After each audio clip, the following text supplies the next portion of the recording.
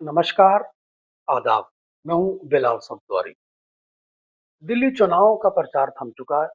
कल 5 बजे चुनाव आचार संहिता के अनुरूप इसका अंतिम समय था। अब कुछ ही लम्हे बाकी हैं जब दिल्ली के अंदर वोटिंग होने जा रही है। 5 फरवरी को वोटिंग होनी है और 8 फरवरी को इसके परिणाम आने। लेकिन एक सवाल खड़ा हो रहा है कि दिल्ली में आखिर केजरीवाल के लिए समस्या कौन खड़ा कर रहा है? केजरीवाल के लिए आखिर दलित और मुस्लिम मिलकर जो समस्या खड़ी कर रहे हैं उसके पीछे बुनियादी वजह क्या है? लोगों का कहना है कि केजरीवाल का जो सॉफ्ट हिंदुत्व है वही केजरीवाल के लिए मुसीबत बन गया है।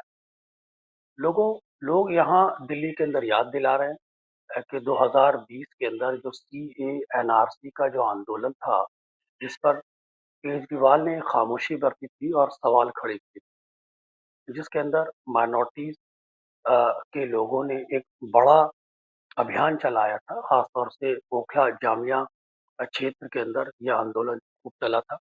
और दिल्ली के अंदर ऐसी बहुत सारी जगहें हैं जहाँ पर इस आंदोलन की बारीकी भी देखने को मिल सकती थी।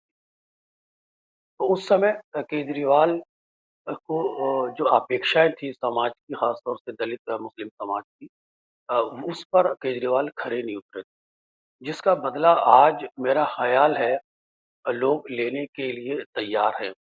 मुस्लिम बहुल क्षेत्रों के अंदर ये सवाल बहुत ही तेजी से घर कर गया है और इस सवाल को पहुंचाने वाली AIMIM, ऑल इंडिया मजलिस इत्तेहादुल मुस्लिमीन, जिसका नेतृत्व असदुद्दीन ओवैसी करते हैं, उन्होंने इस सवाल को घर घर तक पहुंचा दिया है और केजरीवाल के लिए परेशानी खड़ी कर दी। वहीं इस सवाल पर कांग्रेस पार्टी ने भी कोई कमी नहीं छोड़ रही है।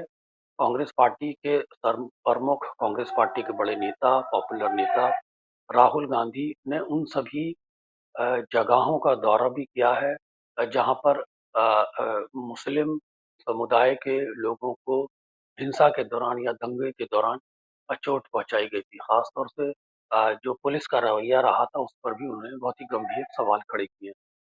तो कांग्रेस पार्टी और बहुत काफी समय से ये माना जा रहा है कि अल्पसंख्यक हितों के लिए लड़ रही है।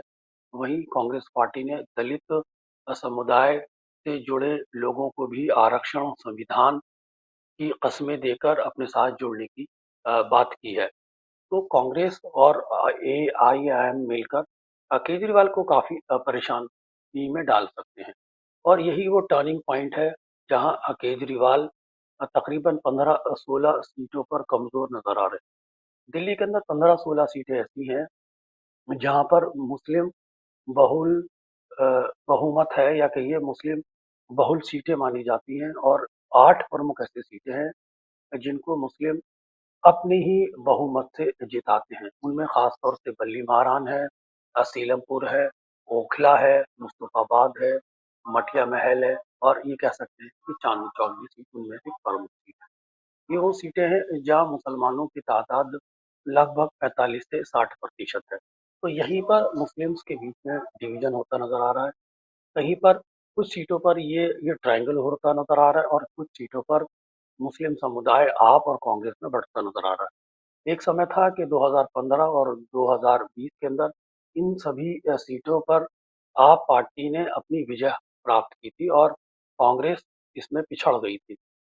लेकिन इस बार एक बार फिर जब AIM और कांग्रेस ने CA NRC या मुस्लिम मुद्दों को एक बार हरा किया, उनके जख्मों को हरा किया है, तो दिल्ली चुनाव पे इसका असर साफ देखने को मिल रहा है।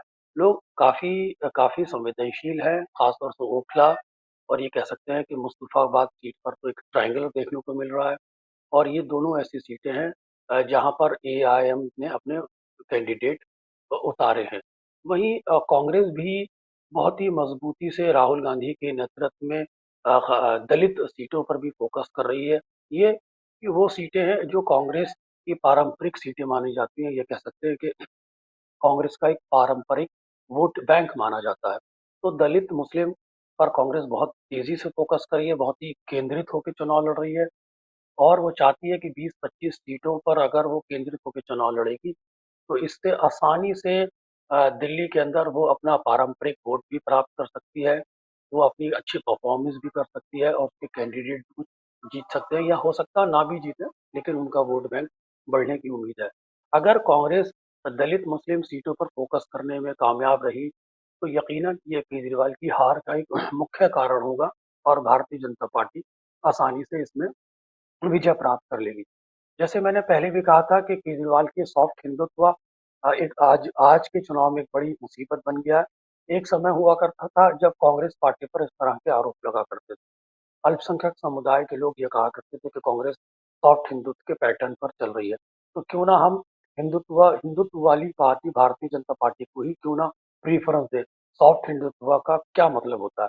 यही पैटर्न आज देखने को दिल्ली में मिल रहा है कि हिंदू समुदाय के जो लोग हैं वो भारतीय जनता पार्टी को प्रेफरेंस दे रहे हैं और वो चाहते हैं कि अब हमें सॉफ्ट हिंदुत्व की जरूरत थी, यानी कि केजरीवाल की जरूरत थी।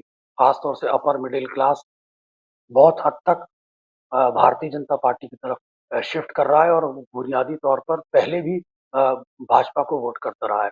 वहीं महिलाओं का सवाल है तो महिलाओं वोट बैंक भी निरंतर विभाजन देखा जा रहा है। रहा जाट गुर्जर का सवाल, तो जाट गुर्जर में रमेश बिधूड़ी और प्रवेश वर्मा पूरी मेहनत से ग्रामीण क्षेत्रों में इस पर लगे हुए हैं। केजरीवाल जो फोकस कर रहे हैं लोअर मिडिल क्लास, गरीब और कह सकते हैं कि वो ऐसा मॉडरेट अपर क्लास जो एक थोड़ा-सा सॉफ्ट और कह सकते हैं कि सेकुलर माइंडसेट का आदमी है और झुग्गी-झोपड़ी वालों पर केजरीवाल फोकस कर रहे हैं। तो कुल मिलाकर ये कह सकते हैं कि केजरीवाल के लिए ये चुनाव काफ़ी मुसीबत भरा बन गया है। जिस तरह से कांग्रेस और एआईएम ने उनको सॉफ्ट हिंदुत्व के मुद्दे पर घेरा है, यही भारतीय जनता पार्टी के लिए एक एडवांटेज हो सकता है, आप पार्टी के लिए एक सेटबैक हो सकता है। हम यकीन से तो नहीं कह सकते कि चुनाव किस पैटर्न पे जाएगा, लेकिन अभी तक जो संकेत देखने को मिल रहे हैं, उसके आधार पर ही इस तरह के अनुमान लगाए जा रहे हैं। 5 तारीख को दिल्ली के अंदर वोटिंग होनी है, लेकिन अगर कोई टर्निंग पॉइंट देखने को मिल रहा है, तो वो केजरीवाल के लिए एक सॉफ्ट हिंदुत्व की जो एक पैरामीटर जिन पर वो दिल्ली के अंदर चुनाव लड़ना चाहते थे, जिसके अंदर उन्होंने वक्फ बोर्ड के से जुड़े हुए जो मस्जिद के या मदरसों के जो टीचर्स होते हैं उनको भी अभी तक तनख्वाहें नहीं दी हैं और साथ ही साथ उन्होंने पुजारी ग्रंथियों के लिए बड़ी-बड़ी घोषणाएँ की। तो इस चीज़ को लेके भी एक समाज में नाराज़गी देखी जा रही है। वो हनुमान भक्त ज़रूर माने जाते हैं, लेकिन भारतीय जनता पार्टी के मुकाबले उनका जो हिंदुत्व है वो कमज़ोर ही माना जाता है। इसलिए माइनॉरिटीज़ के अंदर उनका सॉफ्ट हिंदुत्व उनके लिए एक परेशानी बना हुआ है। आने वाले समय में क्या होता ये देखना बाकी है। कुल मिलाकर कह सकते हैं कि कांग्रेस और एआईएम के परफॉर्मेंस से ही दिल्ली का चुनाव एक टर्निंग पॉइंट साबित हो सकता है जो केजरीवाल के लिए सेटबैक होगा। आपने हमारी बातें सुनी, एबीसी दर्शकों का इसके लिए बहुत-बहुत धन्यवाद। मैं उम्मीद करता हूँ कि अपने विचार हमें कमेंट बॉक्स में प्रदान कराते रहें। धन्यवाद। एबीसी हिंदी न्यूज़ आज ही जुड़िए हर खबर के साथ।